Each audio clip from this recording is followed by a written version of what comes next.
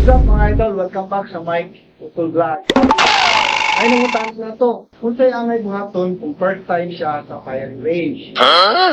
Number one, kung first time nimo sa firing range, i-consider nimo ang itawag nga guns safety seminar.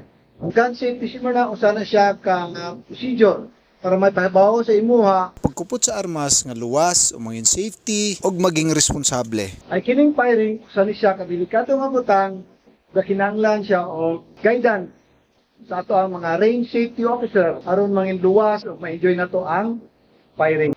Ikaduha na to nga i-consider ang itawag nga eye protector. Importante kayo ni siya kung naa ka sa firing range kay there are times nga ang mga slug o mga heads muricochet na siya nga gitawag. Mubalik na gikan sa downrange kay naaman tay mga metal hard object dito. There are cases nga mag-malfunction ang ato ang armas. Kung ikaw shooter, itawag na mo na siya og squid load. Sumubuto na siya diha mismo sa atubangan nimo.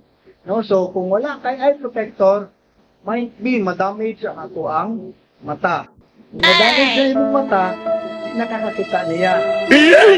Suloy ka.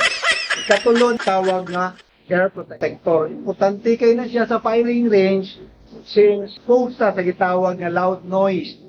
So, ang atong mga eardrum, very sensitive, kinahanglan siya og air protector. So, na-seminar na ka, na naka-eye pro, air protector, range safety officer, everything well, low. So, kung ganahan ka sa inyo nani nga mga video, i-share, like, and follow sa ato ang Facebook page. Daghang salamat, Mike Tutulan.